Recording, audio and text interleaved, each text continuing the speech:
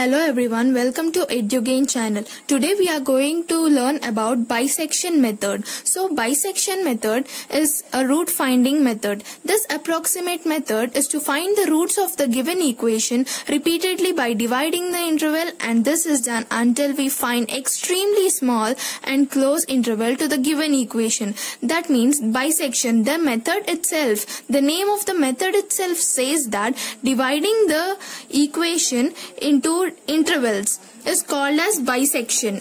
So mostly in this bisection method, there are two types of problems will be given. One problem will be like they will give in the question the number of iterations to be performed. For example, if they give number of 5 iterations, then we have to perform 5 iterations and then stop till there. And the other process is that they will give 10 to the power of 5 or 10 to the power of minus 2. So like this they will give the type of problems accurate up to 10 power minus 5. So in this case, we need this table. We have to memorize this table. For example, if they give 10 power minus 2, then 7 iterations must be performed. If they give 10 power minus 3, 10 iterations must be performed. If they give 10 power minus 4, 14 iterations must be performed.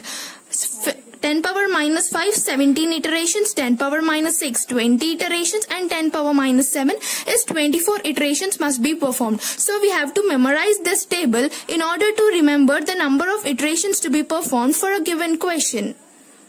So we will understand the bisection method with the help of a small example.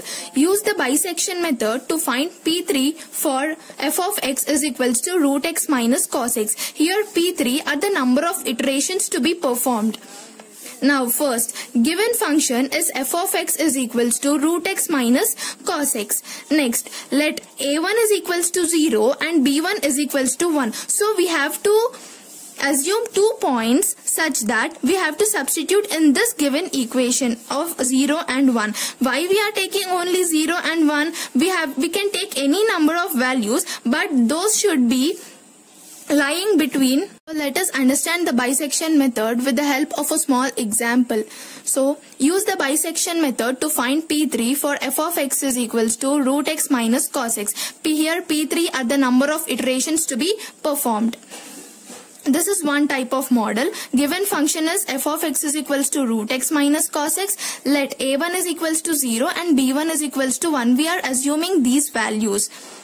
So f of 0, if you substitute f of 0 in f of x, instead of x, we have to substitute 0. Then the result will be negative. If you substitute f of 1 in place of f of x, instead of x is equals to 1, so you will get the result as positive. Now we have to perform certain iterations till P3. P1 is equals to, that is a1 plus b1 by 2, that is midpoint. If you plot these 0 and 1 in this number line, this is 0 and this is 1, this is a1 and this is b1. We have to find out the midpoint of these two. So P1 is equals to 0 plus 1 by 2, which is 0.5, and 0.5 lies somewhere here. This is P1. Now we have to substitute the 0.5 in the given equation, root x minus cos x. So if you substitute minus 0.1705, which is negative, this is negative we got. So we have to, here 0, f of 0 we got it as negative, which is less than 0. F of 1 we got it as positive, which is greater than 0. F of 0.5 we got it as again negative, which is less than 0. And now f of P1 is less than 0. From here f of A1 is also less than 0. So the root cannot lie between 0 and 0.5 because both are less than 0. One should always be greater than 0 and the other should be less than 0. So the root lies in the interval of P1 and B1. P1 and B1. So the root lies between 0.5 and 1. Next, A2 is equals to P1 is equals to 0.5. P1, which is nothing but A2. And B2 is equals to B1 is equals to 1. B1 is nothing but B2 in the next iteration. So now coming to second iteration. Second iteration lies between 0.5 and 1. Now P2 is equals to 0.5 plus 1 by 2, which is nothing but a2 plus b2 by 2, which is nothing but 0.75. So f of p2 is equals to f of 0.75. We have to substitute in the question, that is root of 0.75 minus cos of 0.75. So f of p2 is 0.6337, which is greater than 0. 0.75 lies somewhere here. This is 0.75, this is p2, and 0.75 we got it as greater than 0, which is positive. This is greater than 0. And now, so f of p2 is greater than 0, f of p2 is greater than 0, and f of a2 is less than 0. a2 is less than 0. So the root lies in the interval of a2 and p2. That is, a3 is equals to a2 is equals to 0.5. a2 is nothing but a3. a2 is nothing but a3.